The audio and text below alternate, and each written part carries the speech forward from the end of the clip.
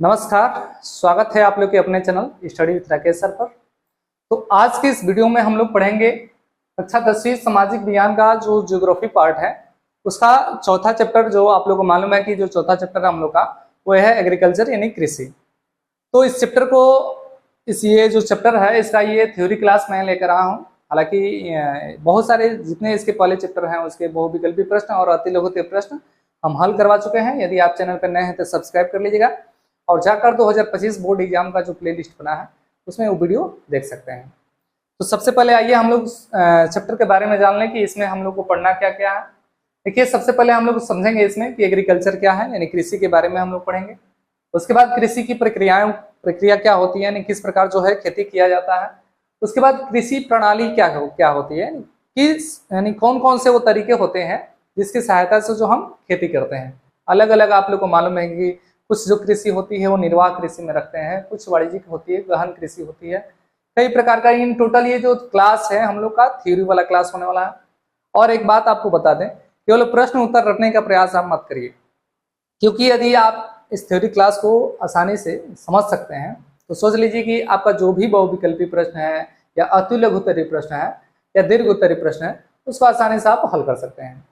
तो सबसे पहले हम लोग देखेंगे एग्रीकल्चर के बारे में, कृषि के बारे में कि कृषि क्या है। ध्यान से समझिए, आप लोग को मालूम है कि कृषि जो है, अगर जो अर्थशास्त्र पढ़े होंगे, अर्थव्यवस्था, भारत की अर्थव्यवस्था, तो उसमें तीन प्रकार के क्षेत्रक होते हैं। एक प्राथमिक क्षेत्रक, एक द्वितीयक क्षेत्रक और एक तृतीयक क्षेत्रक।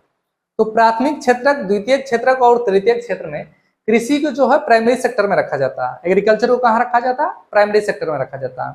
यानी कृषि जो है एक प्राथमिक प्रक्रिया है। कृषि क्या है? तो कृषि एक प्राथमिक क्रिया है। अब इस कृषि के द्वारा हम लोग करते क्या है, परिभाषा एकदम ध्यान से समझिएगा। देखिए, अगर जो इस वीडियो को आप ध्यान से देख लेते हैं तो सोच लीजिए कि आपको जो है रटने की जरूरत नहीं है, आप खुद ब खुद जो है सामाजिक विज्ञान को आप आसानी से लिख सकते हैं, अपने से लिख सकते हैं, ठीक है ना। तो कृषि क्या है? तो कृषि एक प्रकार की प्राथमिक क्रिया है। अब ये जो प्राथमिक क्रिया है इसकी सहायता से हम क्या करते हैं? तो कृषि की सहायता से हम यानी खाद्यान्न का उत्पादन करते हैं। इसका उत्पादन करते हैं तो खाद्यान्न का। अब खाद्यान्न में क्या क्या आता है आप लोग को मालूम है। खाद्यान्न में आपका गेहूं आ गया, धान आ जाएगा जिसे हम चावल भी कहते हैं, उसके बाद ज्वार आ गया, मक्का आ गया, बाजरा आ गया, रागी आ गया।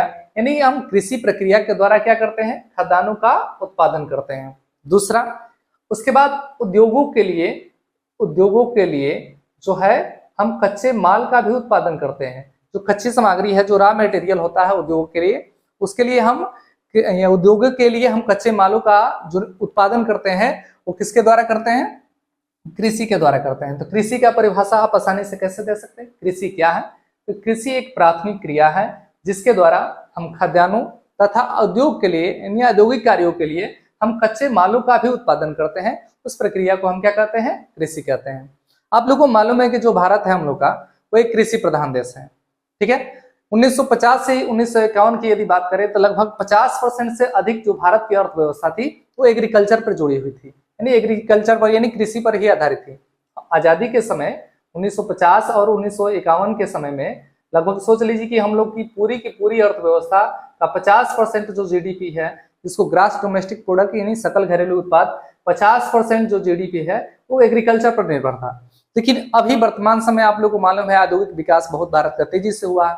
अभी भी ऐसा नहीं कि भारतीय जीडीपी में कृषि का योगदान नहीं है, ऐसा नहीं है। भारतीय जीडीपी में, भारतीय अर्थव्यवस्था में अभी भी 2016-17 वाले डाटा के अनुसार भारतीय जीडीपी में जो है 16%, भारतीय कृषि का जो है जीडीपी में 16% योगदान है। तो ये तो एक परिभाषा हो गया कि कृषि जो है एक प्राथमिक क्रिया है जिसके द्वारा हम खाद्यान्नों का तथा कच्चे मालों का उत्पादन करते हैं, जिसके द्वारा जो कंपनियों में, कल कारखानों में उससे जो पक्के सामग्री है उसको तैयार किया जाता है। दूसरी, भारतीय जीडीपी में एग्रीकल्चर का 16% योगदान है, इसको याद रखिएगा। दूसरी नंबर बात कि भारत की जो जनसंख्या है यानी जितनी पॉपुलेशन है उसका 2/3 यानी 2/3 जो भाग है, भारतीय जनसंख्या का लगभग 2/3 जो भाग है वह प्रत्यक्ष या अप्रत्यक्ष रूप से कृषि कार्यों से जुड़ा हुआ है। आप लोग जितने लोग भी देख रहे हैं तो इसमें से आप लोग को मालूम होगा कि जितने भी लोग इस वीडियो को देख रहे हैं, आप लोगों में से आप लोग के गार्जियन जो हैं या जो भी आप लोग का आय इनकम प्रमाण पत्र बनता है, आय प्रमाण पत्र बनता है, तो अधिकांश लोग देखिएगा ना उसमें अपना जो व्यवसाय देखिएगा तो उसमें एग्रीकल्चर ही डलवाया जाता है। तो प्रत्यक्ष या अप्रत्यक्ष रूप से भारत की जो अधिकांश जनसंख्या है वो एग्रीकल्चर से जुड़ी हुई है। लगभग 2/3 जो जनसंख्या का भाग है हम लोग का वो कृषि कार्य से जुड़ा हुआ है। तो ये कृषि के बारे में बेसिक जानकारी है। अगर ये अभी बहुत सारा चीज है इसमें जो आप लिख सकते हैं, जैसे उद्योगों में कौन कौन से ऐसे उद्योग हैं जो एग्रीकल्चर पर निर्भर है। आप लोग को मालूम है चाय का उत्पादन हो गया, उसके बाद कॉफी हो गया, उसके बाद रबर उद्योग हो गया, सूती वस्त्र उद्योग हो गया। बहुत सारे ऐसे उद्योग भी हैं जो फुली डिपेंडेंट है एग्रीकल्चर पे, यानी कंप्लीट रूप से वो एग्रीकल्चर पर निर्भर है।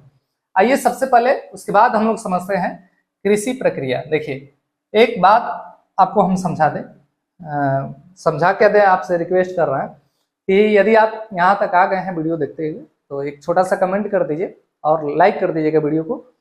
चलिए हम लोग देखते हैं आगे का टॉपिक, कृषि प्रक्रिया। कृषि प्रक्रिया का मतलब जब भी जितने भी लोग गांव से जुड़े हुए हैं वो सब लोग जानते हैं। हालांकि आपको बहुत ज़्यादा ये हम लोग उससे जुड़ा हुआ प्रक्रिया है या जुड़ा हुआ सिस्टम है तो बहुत ज़्यादा आपको समझाने की जरूरत नहीं है। तो जो कृषि प्रक्रिया है वो कृषि प्रक्रिया किन किन स्टेपों में होती है वो हमको समझना है। तो सबसे पहले यदि हमको खेती करना है तो हम सबसे पहले देखिए कृषि प्रक्रिया के हम प्रकार लिखे हैं यहाँ पे, यानी किस स्टेप में जो है हम कृषि प्रक्रिया करते हैं, ठीक है ना, यानी खेती का कार्य करते हैं। तो पहला हम लोग करते हैं जुताई। अब ऐसा नहीं ना कि बिना जोते गए अभी जो डाल दिए आप उसके बाद पानी उन्हें ये कर दिए डाल दिए उसमें, तो ऐसा तो होता नहीं। एक सिस्टमेटिक तरीके से हम लोग खेती करते हैं। तो पहले क्या करते हैं जुताई। जुताई शब्द का अर्थ उन लोगों के लिए जो नहीं जानते कि जुताई क्या होता है, भाई जुताई का मतलब होता है मिट्टी को भुरभुरा करना, यानी हल के माध्यम से या प्लाऊ के माध्यम से जो है उसको हम मिट्टी को भुरभुरा करते हैं तो उसको हम लोग बोलते हैं क्या, जुताई। उसके बाद हम क्या करते हैं, उसके बाद हम करते हैं बुआई। बुआई का मतलब क्या, बीज डालने की जो प्रक्रिया है उसको हम लोग क्या कहते हैं, बुआई। जब उसकी जुताई हो जाती है तो हम लोग क्या करते हैं, उसकी बुआई करते हैं। उसके बाद हो गया निराई। निराई मतलब होता है खरपतवार को अलग करना। जैसे जैसे मान लीजिए कि जुताई हो गया, बुआई हो गया, अब जो फसल है वो फसल जब छोटी छोटी मतलब थोड़ा सा वो बढ़ गई तो उसमें जो एक्स्ट्रा घासें होती है, जो एक्स्ट्रा खरपतवार होते हैं उनको उससे बाहर निकाला जाता है, उसी को हम लोग बोलते हैं निराई।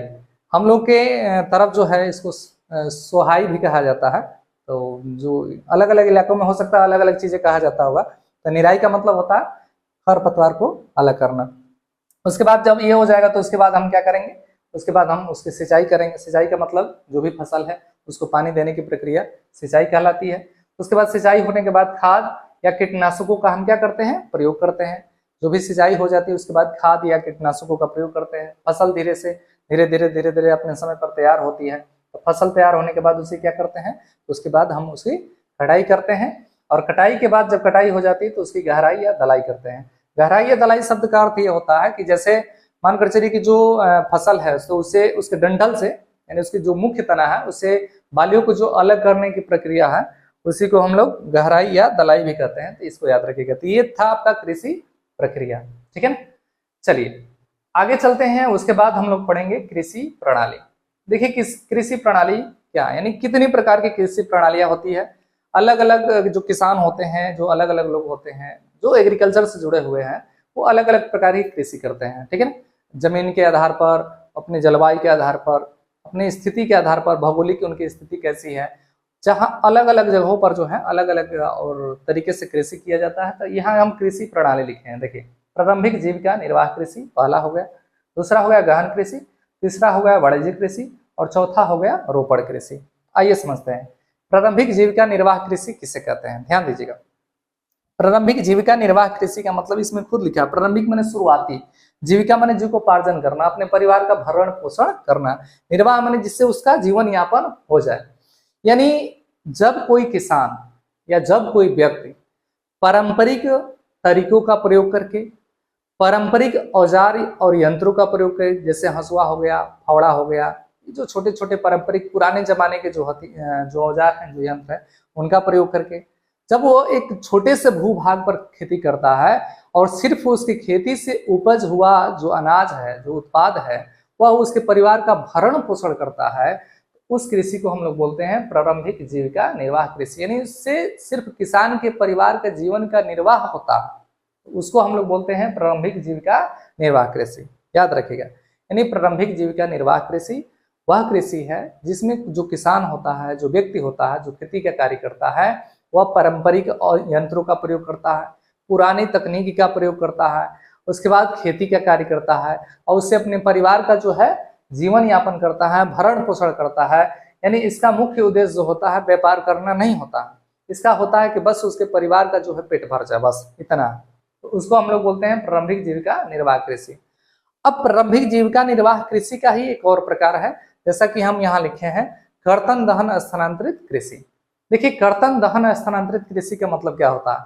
कर्तन शब्द का अर्थ होता है काटना, दहन शब्द का अर्थ होता है जलाना और स्थानांतरित का मतलब होता है एक जगह से दूसरी जगह अपनी कृषि कार्य को करने के लिए जाना, यानी एक खेत को ड्रॉप करके दूसरे खेत में चले जाना। इसमें होता क्या है कि देखिए जितना जो जंगली इलाकों के आसपास जो लोग रहते हैं वो क्या करते हैं कि सबसे पहले जंगलों की सफाई करते हैं, काटते हैं, फिर उनको जलाते हैं, वहां पर एक खेत का निर्माण करते हैं। खेत निर्माण करने के बाद 2 सीजन 4 सीजन जो है वो खेती करते हैं। और जब वह भूमि की उपजाऊ क्षमता कम हो जाती है, जब वो भूमि की उपजाऊ क्षमता कम हो जाती है तो फिर वही प्रक्रिया वो लोग दूसरे जगह करते हैं। तो इसीलिए इसको कौन सी कृषि बोलते हैं, स्थानांतरित कृषि बोलते हैं। पहले उन्होंने पेड़ों को काटा, फिर उनको झाड़ियों को जलाया, उसके बाद स्थानांतरित क्यों बोले, क्योंकि उसकी उपजाऊ क्षमता कम होगी तो दूसरे जगह चले गया, तो इसलिए इसको बोलते हैं कर्तन दहन स्थानांतरित कृषि। यह भी एक प्रकार की प्रारंभिक जीविका निर्वाह कृषि ही है, ठीक है ना। अब देखिए ये जो हम टॉपिक लिखे हैं मोस्ट इंपोर्टेंट है बहुविकल्पी के लिए, और कई बार ये प्रश्न आगे भी आप लोग को ऐसा नहीं है। देखिए अभी भी कॉम्पिटिटिव एग्जाम की जो तैयारी करने वाले बच्चे हैं, अभी भी आपका 9th और 10th का एसएसटी उठाकर पढ़ते हैं, तो इसको हल्के में लेने की जरूरत नहीं है। आप लोग का बोर्ड एग्जाम का तो तैयारी हो ही रहा, साथ साथ में आप भविष्य की भी तैयारी कर रहे हैं, तो कंफ्यूज मत होइए। इसको जितना मन से पढ़ेंगे उतना ही आपको फायदा देगा, सोच लीजिए। तो एकदम आइए देखते हैं, समझिए। तो पूर्वोत्तर राज्यों में कर्तन दहन स्थानांतरित कृषि को बोलते हैं झूम कृषि या झूमिंग कृषि, दोनों कहा जाता है, याद रखें। पूर्वोत्तर राज्य में जैसे मेघालय हो गया, मिजोरम हो गया, उसके बाद असम हो गया, नागालैंड हो गया, तो यहाँ पर जो है इसको झूम कृषि बोला जाता है। उसके बाद मणिपुर में इसके पामलू बोला जाता है। मणिपुर में कर्तन दहन स्थानांतरित कृषि को क्या बोलते हैं, तो पामलू बोलते हैं, ठीक है ना। मध्य प्रदेश में इसे बेबर या दहिया बोला जाता है। कर्तन दहन स्थानांतरित कृषि को मध्य प्रदेश में बेबर या दहिया बोला जाता है। आंध्र प्रदेश में इसे पेंडा बोला जाता है। कर्तन दहन स्थानांतरित कृषि को आंध्र प्रदेश में पेंडा कहा जाता है। इसके अलावा ध्यान दीजिए, इसके अलावा देख रहे हैं आप कि विश्व के अन्य देशों में यानी मैक्सिको में और मध्य अमेरिका में इसी कृषि को मिल्पा बोला जाता है। मैक्सिको और मध्य अमेरिका में कर्तन दहन स्थानांतरित कृषि को क्या कहते हैं, मिल्पा कहते हैं। ब्राजील में इसको रोका कहा जाता है और वियतनाम में इसे रे कहा जाता है, ठीक है ना। तो ये था कर्तन दहन स्थानांतरित कृषि का अलग अलग भौगोलिक जगहों पर अलग अलग नाम। तो याद रखिए एक प्रकार की जो कर्तन दहन स्थानांतरित कृषि है वो एक प्रारंभिक जीविका निर्वाह कृषि ही है, ठीक है ना। उसके बाद गहन कृषि किसे कहते हैं, देखिए जहां पर जनसंख्या घनत्व तो बहुत अधिक होता है, जमीन का जो टुकड़ा है, जमीन का जो ये है खेत है जो आपका, जहां पर खेती के कार्य हम लोग करते हैं, उसका जो आकृति है वो बहुत कम होता है। तो वहां के जो किसान होते हैं वह आधुनिक तकनीक का, आधुनिक यंत्रों का प्रयोग करके अधिक से अधिक प्रोडक्शन करने का प्रयास करते हैं। समझिए वह क्षेत्र जहां पर जनसंख्या घनत्व तो बहुत जनसंख्या ज्यादा है, खेत कम है, तो स्वाभाविक बात है कि उसके डिमांड को पूरा करने के लिए वहां पर आधुनिक तकनीक का, अधिक उर्वरक का यूज किया जाएगा और अधिक से अधिक प्रोडक्शन करने का जो है ये लालच रखा जाएगा कि अधिक से अधिक प्रोडक्शन हो। तो उस कृषि को हम लोग बोलते हैं कौन सी कृषि, गहन कृषि। वाणिज्यिक कृषि किसे कहते हैं, तो वाणिज्यिक कृषि जो है बहुत बड़े भूभाग पर की जाती है, आधुनिक तकनीकी का इसमें भी प्रयोग किया जाता है और इसका मुख्य उद्देश्य होता है व्यापार करना। यानी जो भी प्रोडक्शन होता है इसका मुख्य उद्देश्य होता है इसे अधिक से अधिक बेच करके अधिक से अधिक लाभ कमाना। ये बहुत बड़े भूभाग पर किया जाता है और प्रयास ये किया जाता है कि कम से कम एक वर्ष में जो है एक ही फसल का ये उत्पादन किया जाए। तो वाणिज्यिक कृषि को हम व्यापारिक कृषि भी कहते हैं क्योंकि इसका मुख्य उद्देश्य होता है अधिक से अधिक लाभ कमाना, बहुत बड़े भूभाग पर किया जाता है।